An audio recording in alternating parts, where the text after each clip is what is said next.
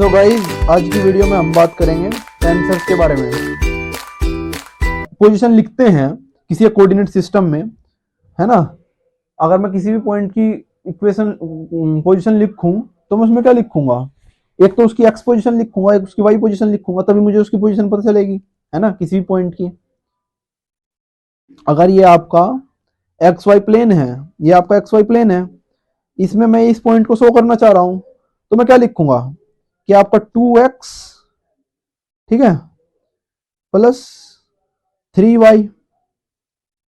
इससे मुझे समझ में आ रहा है कि आपका x x cap y cap, ठीक है, मतलब ये एक्स वाई एक्चुअल में आपके सिर्फ बता रहे हैं कि एक्स की डायरेक्शन में हमें कितना जा रहा है और वाई की डायरेक्शन में कितना जा रहा है ना। तो एक्स की डायरेक्शन में हमें 2 तक जाना है और वाई की डायरेक्शन में 3 तक, तब हम जाके आपको यहाँ पे पहुंचेंगे, ठीक है। तो इसके कोऑर्डिनेट्स 2 और 3 है, ठीक है। तो ये एक्स कैप और वाई कैप आपके सिर्फ ये शो कर रहे हैं कि ये कोऑर्डिनेट सिस्टम बता रहे हैं बस, खाली, है ना, कोई ये वेरिएबल नहीं है ना।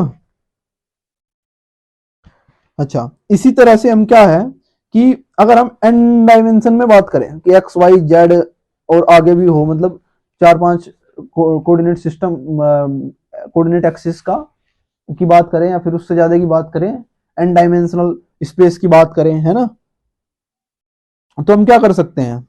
तो वहां पे आपका अगर एन डायमेंशनल स्पेस की बात कर रहे हैं तो फिर 3 कोऑर्डिनेट्स की जगह एन कोऑर्डिनेट्स हो जाएंगे, बहुत सारे कोऑर्डिनेट्स हो जाएंगे, है ना। तो लेकिन बहुत सारे कोऑर्डिनेट्स की हमें जरूरत नहीं पड़ती, 4 कोऑर्डिनेट्स ज्यादा, 4 डायमेंशन काफी है। अगर हम जनरल रिलेटिविटी की भी स्टडी करेंगे तो भी 4 डायमेंशन तक काम हो जाएगा हमारा। 4 डायमेंशनल स्पेस ही बहुत है, उससे ज्यादा तो कहीं जरूरत पड़ेगी नहीं, है ना। बट स्टिल अगर हमें एन डायमेंशनल स्पेस की बात करनी हो, वेक्टर अलजेब्रा में हम एन डायमेंशनल वेक्टर्स पढ़ते हैं, तो वैसे ही आपको यहाँ पे भी है एन डायमेंशनल टेंसर्स भी हम पढ़ सकते हैं, ठीक है। तो अगर एन डायमेंशन है तो उसके लिए हम क्या करते हैं? हम अगर वेक्टर्स में देखें तो हम वेक्टर्स में हम u1 u2 u3 इस तरह से कंसिडर करते हैं। तो यहाँ पे हम u1 u2 u3 कंसिडर करने की जगह x1 x2 x3 इस तरह से कंसिडर कर सकते हैं। ओके, अभी x1 x2 x3 क्या है? जैसे आपका अगर हम 3 कोऑर्डिनेट सिस्टम वाले की बात करें तो x1 क्या है आपका? x है। y1 क्या है आपका? ओ सॉरी, x2 क्या है आपका? y है। x3 आपका क्या है? z है। मतलब x1 का मतलब और कुछ नहीं है, बस first axis, second axis, third axis, ठीक है। ये कोई इसकी पावर नहीं है, ये क्या शो कर रहा है? First axis, second axis, third axis. अगर इससे ज्यादा एक्सिस है कोऑर्डिनेट सिस्टम में तो फोर्थ एक्सिस, ठीक है। अगर 2 एक्सिस है तो 2 तक एक्सिस, ठीक है, जितने एक्सिस है उसके अकॉर्डिंग, ठीक है। अब अगर ये तो आपका Cartesian rectangular coordinate system x y z वाला, अगर आपका स्फेरिकल हो या आपका सिलेंड्रिकुलर हो तो उसमें क्या आएगा? उसमें x1 की वैल्यू क्या हो जाएगी? अगर आपका मान लो वो है सिलेंड्रिकल कोऑर्डिनेट सिस्टम है तो उसमें क्या हो जाएगा आपका? उसमें उसमें फिर ऐसे वैल्यू नहीं लिख सकते, उसमें क्या लिखना पड़ेगा फिर हमें? उसमें x1 की वैल्यू क्या होगी? रो होगी, और x2 की वैल्यू क्या होगी? 5 होगी, और x3 की वैल्यू क्या होगी? z होगी। ये आपकी किसमें होगी? ये आपका कौन सा है? Rectangular coordinate system, rectangular coordinate system, ठीक है। या आप इसे कार्टेशियन बोल लो, ठीक है, जो भी समझ में आता है। और ये आपका कौन सा वाला है? रो 5z वाला, cylindrical coordinate system, cylindrical coordinate system, ठीक है।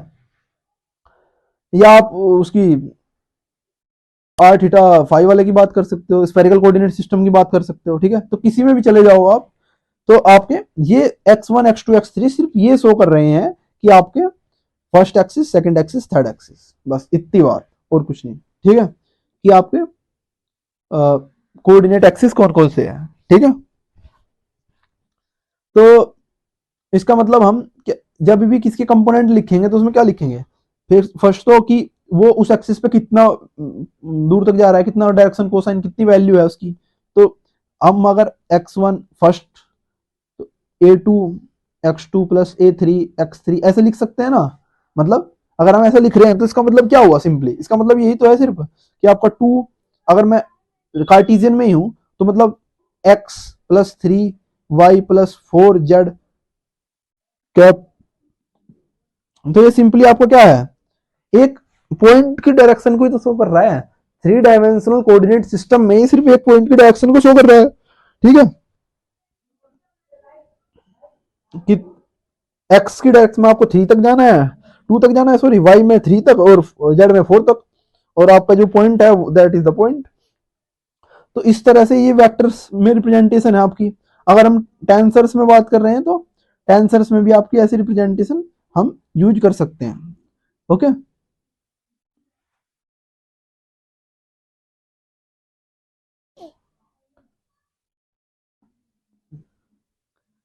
अब जब तक आपका सिर्फ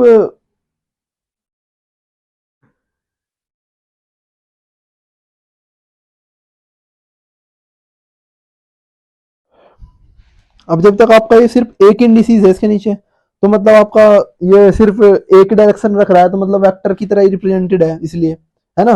अब अगर दो इंडिसीज रखेगा तो दो, तो मतलब आपका ये टेंसर की तरह रिप्रेजेंटेड होने लगा, मतलब टू डायरेक्शनल टेंसर हो गया, है ना, रैंक 2 का। तो ये सब है। तो equals to X I prime A I J X J, हम एक्स आई प्राइम को इस फॉर्म में रिप्रेजेंट कर सकते हैं। ओके, अब अगर हम ये समझे कि ये ए आई जे कैसे आया, और ये डायरेक्शन कोसाइन अगर हम अनप्राइम कोऑर्डिनेट सिस्टम से प्राइम प्राइम कोऑर्डिनेट सिस्टम में जा रहे हैं, तो ये डायरेक्शन कोसाइंस कैसे आते हैं, क्या वैल्यूज होती है, तो ये अगर हम समझने की कोशिश करें या हम इसे पहले एक्सपेंडेड फॉर्म में लिखें उसके बाद इनकी वैल्यूज निकालने की कोशिश करें, तो अगर मैं यहाँ पे समझो कि मैं इसे 3D में ना ले जाकर 2D में ले रहा हूँ, है ना, टू ही कोऑर्डिनेट एक्सिस ले रहा हूँ, आई की वैल्यू यानी कि 1 to 2 जाएगी और जे की वैल्यू भी 1 to 2 जाएगी, है ना। तो फिर यहाँ पे टू सेट ऑफ इक्वेशंस आ जाएंगे हमारे पास। अगर मैं एक्स की वैल्यू 1 रख आई की वैल्यू 1 रखूँ, और मेरे पास आएगा 1 एक्स, अब जे की वैल्यू 1 रखूँ और x1 प्लस, अब j की वैल्यू 1 और 2 रखूं, x2, ठीक है। एक ये इक्वेशन आ गया मेरे पास। अब दूसरा i की वैल्यू 2 के लिए, ठीक है, i की वैल्यू 2 के लिए 2 1 x1 प्लस a 2 2 x2, ठीक है। सो ये दो सेट ऑफ इक्वेशंस मेरे पास बन गए। तो मतलब प्राइम और अनप्राइम में मेरा कोऑर्डिनेट सिस्टम में इस तरह का रिलेशन मेरा होना चाहिए, ठीक है। और ये मैं ए आई जे को मैं बोल रहा हूँ कि दिस इज डायरेक्शन कोसाइन, है ना। तो ये डायरेक्शन कोसाइन क्या होते हैं, कैसे फाइंड आउट कर सकते हैं हम, है ना, तो ये हम देखने वाले हैं। ओके, तो ये इक्वेशंस कैसे आई तो चलिए बनाते हैं। तो अगर हमारे पास दो कोऑर्डिनेट सिस्टम है, एक प्राइम एक अनप्राइम, ठीक है।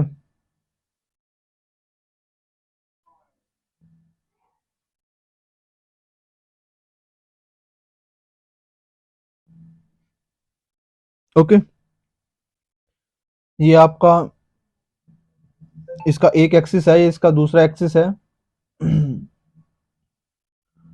सो और ये दूसरा कोऑर्डिनेट सिस्टम है जो प्राइम वाला।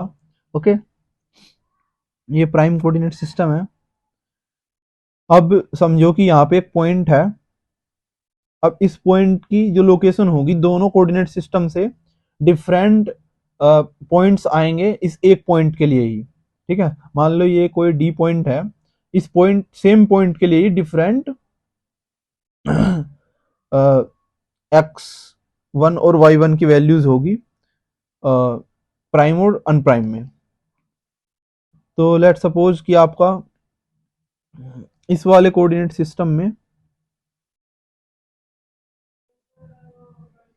इस वाले कोऑर्डिनेट सिस्टम में डी के कोऑर्डिनेट्स हैं, ये आपका अनप्राइम वाला है, तो डेफिनेट सी बात है अनप्राइम कोऑर्डिनेट्स होंगे इसमें, ठीक है। तो x1 और x2, इसमें x1 और x2 हो गए। ओके, अब ये आपका दूसरा है जो कि आपका प्राइम वाला है। इसमें डेफिनेट सी बात है आपके प्राइम कोऑर्डिनेट्स होंगे, है ना। ये मैंने परपेंडिकुलर ड्रॉ किए, ठीक है। तो यही सेम पॉइंट के आपके कोऑर्डिनेट प्राइम कोऑर्डिनेट सिस्टम में जो है आपके x1 प्राइम और x2 प्राइम है ना। पॉइंट सेम है लेकिन डिफरेंट कोऑर्डिनेट सिस्टम में उसके डिफरेंट पॉइंट से वो रिप्रेजेंट हो रहा है ना। तो अब हम x1 प्राइम और x1 में और x2 प्राइम और x2 में इन सब में रिलेशन निकालने की कोशिश करेंगे कि कैसे हम प्राइम और अनप्राइम कोऑर्डिनेट सिस्टम में अगर जाएंगे, अनप्राइम से प्राइम में आएंगे, तो कैसे कोऑर्डिनेट्स का चेंज होगा, डायरेक्शन कोसाइंस कैसे आते हैं, है ना। ओके, सो लेट सपोज मैं पॉइंट्स को कुछ नाम दे रहा हूं, जैसे ये आपका सेंटर पॉइंट है, इसे मैं ए नाम दे रहा हूं, वैसे ओ दे सकते हैं, है ना। ओरिजिन दे सकते हैं बी, ये मैंने सी नाम दे दिया, है ना।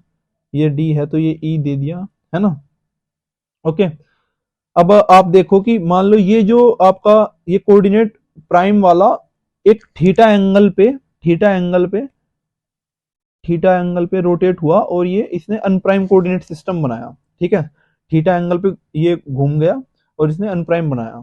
तो ये एंगल अगर थीटा है, ये परपेंडिकुलर ड्रॉ हुए हैं तो ये 90 होगा ये वाला एंगल। ये दूसरे वाले कोऑर्डिनेट सिस्टम में परपेंडिकुलर है तो ये 90 है ना। ये एंगल आपका वर्टिकली इक्वल एंगल है ना। जब दो लाइंस ऐसे इंटरसेक्ट करती है तो उनमें जो एंगल्स बनते हैं वो इक्वल होते हैं, वर्टिकली अपोजिट एंगल। तो ये दोनों एंगल आपके चाहे कुछ भी हो, ये दोनों एंगल इक्वल होंगे। ये दोनों एंगल आपस में इक्वल हो गई। अगर ये अल्फा होगा तो ये भी अल्फा होगा, ठीक है। Okay, so it means in दोनों ट्रायंगल ए बी सी में और सी ई डी में आपका ये वाला एंगल अगर इक्वल है, तो अगर दो एंगल्स इक्वल होंगे इन दोनों ट्रायंगल में, तो इट मींस तीसरा एंगल भी आपका इक्वल हो जाएगा, ठीक है, क्योंकि तीनों एंगल्स का सम 180 होता है। अब दो एंगल अगर इक्वल है तो तीसरा एंगल खुद ब खुद इक्वल हो गया, है ना। तो इट मींस ये जो थर्ड एंगल है, ये वाला थीटा होना चाहिए। क्यों? क्योंकि दो एंगल इक्वल हो गए, एक 90 दूसरा अल्फा, है ना। इस वाले ट्रायंगल का तीसरा एंगल भी खुद ब खुद इक्वल हो जाएगा, बिकॉज तीनों एंगल्स का सम 180 होना चाहिए, ठीक है। ओके, नाउ अब अगर मैं कुछ बेसिक कॉन्सेप्ट्स लगाऊं ट्रिग्नोमेट्री के, तो मैं इन ट्रायंगल्स में एक रिलेशन लिख सकता हूं। क्या लिख सकता हूं कि ए ई जो साइड है ए ई, वो एक्चुअल में ए सी प्लस सी ई है। ए ई ये जो पूरी साइड है ए ई, ये एक्चुअल में ए सी प्लस सी ई है ना। इन दोनों साइड्स का सम है। ओके, नाउ ए ई जो साइड है, ए ई साइड एक्चुअल में कुछ नहीं है। इस प्राइम वाले कोऑर्डिनेट सिस्टम में जो डी की हॉरिजॉन्टल पोजीशन है, यानी कि x1 प्राइम, वो ही ए ई है ना। ये वाली एक्चुअल में इसके इक्वल है ना। हॉरिजॉन्टल पोजीशन जो प्राइम कोऑर्डिनेट सिस्टम में डी पॉइंट की है वही ए ई है ना। तो मैं यहां पे लिख सकता हूं x1 प्राइम इक्वल्स टू, अब ए सी आपका ए सी इस वाले ट्रायंगल में अगर हम देखें, इस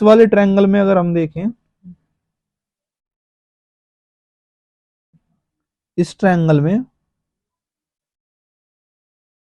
तो हम देखेंगे कि ए सी को अगर हम निकालें ट्रिग्नोमेट्री का यूज करके, ए बी के टर्म्स में ए सी को निकालें, तो हम देखेंगे कि A B by A C is nothing but cos theta, है ना। सिंपल ट्रिग्नोमेट्री है। अब ए बी की जो वैल्यू है वो हमें पता है, ए बी की वैल्यू अनप्राइम कोऑर्डिनेट सिस्टम में x1 है, क्योंकि वो डी की पोजीशन को शो कर रहा है। सो इट मींस अगर हम ए सी को लिखना चाहे ए बी के टर्म में, तो A C is A B sec theta, ठीक है, तो सिंपल सी ट्रिग्नोमेट्री की नॉलेज का यूज किया है हमने, और हमने ए सी को ए बी सेक थीटा लिख दिया, ए सी को ए बी सेक थीटा लिख दिया।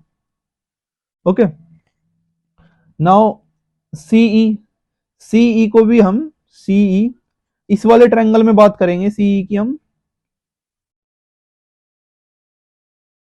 इस वाले ट्रायंगल में, सी की बात करेंगे हम इस ट्रायंगल में। ओके, इस वाले ट्रायंगल में अगर हम ट्रिग्नोमेट्री का यूज करेंगे और सीई को डी के टर्म में निकालेंगे। डी के टर्म में क्यों निकाल रहे हैं? बिकॉज डी जो है वो हमें पता है, डी जो है वो हमें प्राइम कोऑर्डिनेट सिस्टम में पता है कि ये कुछ नहीं है, ये x2 प्राइम है ना, तो इसलिए हम डी के टर्म में से निकालेंगे तो हमें पता है कि DE by CE is nothing but the tan theta, है ना। तो अगर हम d इज द नो, ये कोट थीटा होगा क्योंकि सामने वाली साइड को हम हाइट लेते हैं, है ना। अब देखो ये जो थीटा के सामने वाली साइड है उसे हाइट लेते हैं हम, ठीक है। ये लग रहा है कि डी हाइट है, बट डी हाइट नहीं है। हाइट इज कंसिडर्ड, वो वाली side height as a height consider की जाएगी जो थीटा के सामने होगी। It means CE by D equals to tan theta. Okay, it means CE is nothing but the DE tan theta. Okay, तो यहां पे सी की प्लेस पे क्या आ जाएगा? D plus D tan theta. Okay, तो अभी तक ये इक्वेशन हमारी बनी, है ना। अब ए बी आपकी किसकी इक्वल है? ए बी आपकी अनप्राइम कोऑर्डिनेट सिस्टम में, ये वाला कोऑर्डिनेट सिस्टम क्या है? अनप्राइम है। अनप्राइम कोऑर्डिनेट सिस्टम में ए बी आपकी कुछ नहीं है, x1 है ना। ये ए बी क्या है? x1 है। और डी क्या है? डी आपकी प्राइम कोऑर्डिनेट सिस्टम में, डी आपकी प्राइम कोऑर्डिनेट सिस्टम में x2 प्राइम है ना। तो मैं इन दोनों की वैल्यूज रख दे रहा हूं and I get x1 prime is nothing but x1 sec theta plus x2 prime tan theta. Okay, और इसे मैं फर्स्ट इक्वेशन कंसिडर कर दे रहा हूं, है ना। ओके, नाउ अब हम बढ़ते हैं बीडी की तरफ, ठीक है। अब आप देखो कि ये जो बीडी है, BD is nothing but the sum of BC, BC and CD, है ना। BD is nothing but the sum of DC and CB. Okay, so BD is nothing but sum of BC and CD. Okay, now BD आपकी क्या है? BD आपकी unprimed coordinate system में ये आपकी x2 है।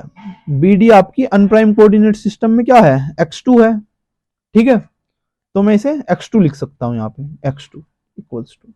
अब बीसी आपकी क्या है? बीसी इज नथिंग बट, अगर मैं एबीसी ट्रायंगल की बात करूं, एबीसी ट्रायंगल की बात करूं और सिंपल ट्रिग्नोमेट्री का यूज करूं तो मुझे पता चलेगा कि BC is nothing but AB tan theta. BC is nothing but AB tan theta, AB tan theta. अब मैं बार बार ट्रिग्नोमेट्री लगा के ये सब वैल्यूज नहीं निकाल रहा हूं क्योंकि मैंने आपको समझा दिया, सिंपल ट्रिग्नोमेट्री है, कोई डिफिकल्ट बात नहीं है ना। प्लस CD, CD, CD को भी हम आपका CBD, CED ट्रायंगल में, इस वाले ट्रायंगल में ट्रिग्नोमेट्री का यूज करके थीटा के सामने वाली साइड को हाइट लेना है, थीटा के जो एडजेसेंट साइड है और ट्रायंगल राइट 90 डिग्री एंगल और थीटा के से जो लगी हुई साइड है उसे हम बेस कंसीडर करेंगे, थीटा के सामने वाली को हाइट कंसीडर करेंगे, 90 के सामने वाली साइड को हाइपोटेनस कंसीडर करेंगे, ट्रिग्नोमेट्री लगाएंगे और CD कैलकुलेट करेंगे। तो CD will be nothing but DE sec theta, DE sec theta, ठीक है। इतनी ट्रिग्नोमेट्री, सो इट मींस इतनी ट्रिग्नोमेट्री आपको आनी ही चाहिए। आफ्टर दैट ए बी इस फिगर में क्या है, ए बी आपका x1 है, डी क्या है आपका, D is x2 prime. Okay, तो ये दोनों वैल्यूज अगर हम पुट कर दे इक्वेशन में, तो x2 is nothing but x1 tan theta plus D is x2 prime sec theta. Okay, now इसे हम कंसिडर कर लेते हैं सेकंड इक्वेशन की तरह। ओके, अब हम सेकंड इक्वेशन में कोस थीटा का प्रोडक्ट कर दे रहे हैं, पूरी सेकंड इक्वेशन को multiplied by cos theta. Okay, second equation multiplied by cos theta. ठीक है, तो क्या आ जाएगा, x2 cos theta equals to x1 tan theta into cos theta sine theta plus x2 sec theta into cos theta 1 यानी कि x2 prime. ठीक है, अब मैं इस वाले टर्म को उस साइड ले जा रहा हूं, तो x2 prime is nothing but x2 cos theta minus x1 sine theta. Okay, तो x2 प्राइम की वैल्यू आ गई अनप्राइम कोऑर्डिनेट, अनप्राइम कोऑर्डिनेट्स में। देखो x2 प्राइम प्राइम अनप्राइम के टर्म्स में आ गया है ना। ओके, अब ये एक तो ये इक्वेशन हो गई, तो ये x2 प्राइम को मैं x1 को पहले लिख दे रहा हूं क्योंकि हमने x1 पहले लिखा है, तो minus sine theta into x1 plus cos theta into x2। ठीक है, अब बाद में ए जो आपके डायरेक्शन कोसाइंस है उन्हें कंपेयर करके वैल्यूज भी बता दूंगा किसकी क्या है ना। आप अभी भी, अगर आप थोड़े समझदार है तो आप अभी भी समझ गए होंगे कि हमने वैल्यूज निकाल ली है ना। हमारे पास बेसिकली कुछ वैल्यूज तो अभी तक आ चुकी है, हम कह सकते हैं कि हमारे पास a21 की और a22 की वैल्यू आ चुकी है। ठीक है, अब हमें निकालना है x1 prime. x1 prime, x1 prime निकालने के लिए कुछ नहीं है, बस आपको ये जो x2 प्राइम की वैल्यू निकाली है ये फर्स्ट इक्वेशन में पुट करनी है। तो put the value of x2 prime in first equation. तो हमें क्या मिलेगा फर्स्ट इक्वेशन में वैल्यू पुट करने के बाद कर दे रहे हैं पुट। फर्स्ट इक्वेशन क्या थी आपकी, देख लेते हैं। x1 prime equals to x1 prime equals to x1 sec theta plus x2 prime x1 sec theta plus x2 prime tan theta, x2 prime tan theta.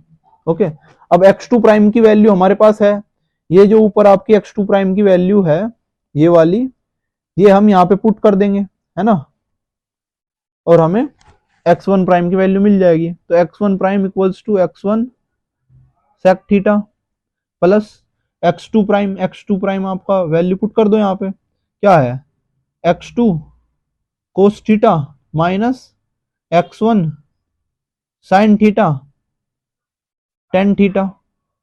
ठीक है, वैल्यू पुट करो, solve कर लो। x1 prime is x1 sec theta plus x2 cos theta tan theta, cos theta tan theta. Okay, cos theta tan theta is nothing but the sine theta. Okay, तो ये sine theta minus x1 sine theta tan theta. Okay, अब x1 prime equals to x1, इन दोनों में से x1 common ले सकते हैं हम है ना, और sec theta is 1 upon cos theta minus, और sine theta tan theta is sine square theta upon cos theta. Okay, because tan theta आपको क्या है sine theta upon cos theta, और साइन थीटा से प्रोडक्ट करिए तो sine square theta upon cos theta हो जाएगा प्लस x2 साइन थीटा। ठीक है, और ये आपका क्या हो जाएगा x prime equals to x1, अब ऊपर आ जाएगा आपका 1 माइनस साइन स्क्वायर थीटा और नीचे आपका कोस थीटा, और ये प्लस x2 साइन थीटा। अब 1 minus sign square theta is nothing but the cos square theta, ये आपका कोस स्क्वायर थीटा हो गया upon cos theta plus x2 sign theta. Okay, अब इसे आप कैंसल आउट करेंगे तो आपका क्या आ जाएगा, x1 prime is x1 cos theta plus x2 sign theta. Okay, तो सिंपल ट्रिग्नोमेट्री लगा के हम प्राइम और अनप्राइम कोऑर्डिनेट सिस्टम्स में डायरेक्शन कोसाइंस कैलकुलेट कर सकते हैं। ओके, तो अब आपका ये भी आ गया। अब हम दोनों सेट ऑफ इक्वेशंस को एक साथ लिख के a11 a12 a21 a22 की वैल्यू निकाल ले रहे हैं, है ना। अब क्या है, x1 prime is nothing but cos theta into cos theta x1 plus sine theta x2। Okay, और x2 prime is nothing but minus sine theta x1 plus cos theta x2। Okay, so अब हम यहां से compare कर सकते हैं। हमने direction cosines के टर्म में क्या लिखी थी इक्वेशन, हमने लिखी थी x1 prime is a11 x1 plus a12 x2, x2 prime is nothing but a21 x1 plus a22 x2। इन दोनों इक्वेशंस को कंपेयर करो, आपको डायरेक्शन कोसाइंस की वैल्यू मिल जाएगी, है ना। इट मींस अगर मैं एक मैट्रिक्स लिख दूं a11 a12 a21 a22, ठीक है, तो वो क्या होगी आपकी, वो क्या होगी, उसे मैं इस तरह से लिख सकता हूं ना, a11 की value cos theta, a12 is sine theta, a21 is minus sine theta, a22 is cos theta. Okay, तो मैट्रिक्स में रिप्रेजेंटेशन आ गई, है ना। और आपकी a11 a12 a21 और a22 की वैल्यू भी हमें पता चल गई, ठीक है। तो मैं इसे मैट्रिक्स की फॉर्म में भी लिख सकता हूं, और ये आपकी रोटेशन मैट्रिक्स है ना, रोटेशन मैट्रिक्स है, जिससे आप प्राइम कोऑर्डिनेट सिस्टम को अनप्राइम कोऑर्डिनेट सिस्टम में ट्रांसफॉर्म कर सकते हो, और आपकी एक पर्टिकुलर एंगल पे रोटेट भी करा सकते हो, है ना।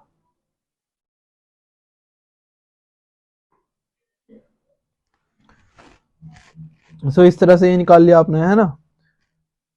ओके, नाउ अब आपका अगर ये हमारा आपका क्योंकि आपका इसमें एक ही डायरेक्शन कोसाइन इन्वॉल्व है, इट मींस ये आपका रैंक 1 का ही टेंसर है ना, टेंसर ऑफ रैंक 1 है। अगर इसमें दो डायरेक्शन कोसाइंस इन्वॉल्व होते तो ये आपका क्या होता, टेंसर ऑफ सेकंड रैंक होता, है ना। तो लेट सपोज कि हमें या तो हमें चेक करना है कि ये टेंसर आपका सेकंड रैंक का है या नहीं है, या फिर हमें चेक करना है कि ये टेंसर है नहीं है। तो अगर वो टेंसर के ट्रांसफॉर्मेशन लॉ फॉलो करता है तो it means it is a tensor, अगर नहीं करता है तो otherwise it is not. Okay, so अगर हमारे पास मान लो सपोज लेट सपोज